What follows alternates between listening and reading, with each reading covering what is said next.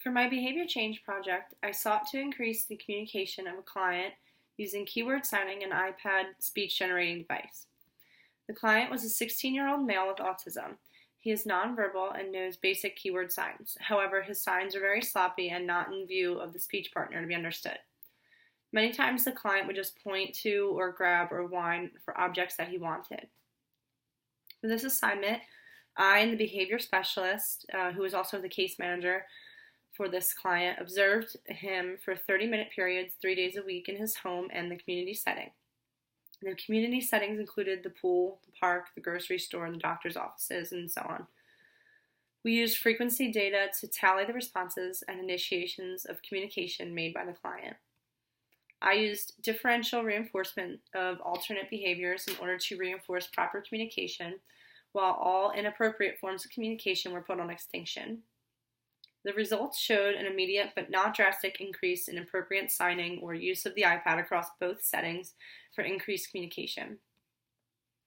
In the home setting, the average communication rate went from 5.5 attempts to 5.75 attempts on average.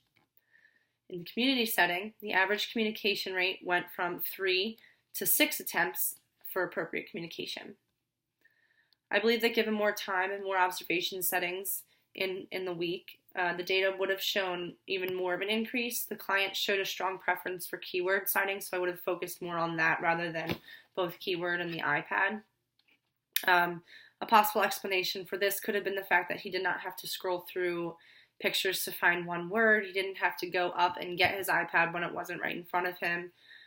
He was able to quickly gain access to the object through the use of the keyword signing. A limitation of this project could have been the discrepancy between the home and the community settings. The client felt more comfortable in the home setting, and therefore he didn't need to sign for certain objects he knew he could easily access himself, or certain activities like going to the bathroom.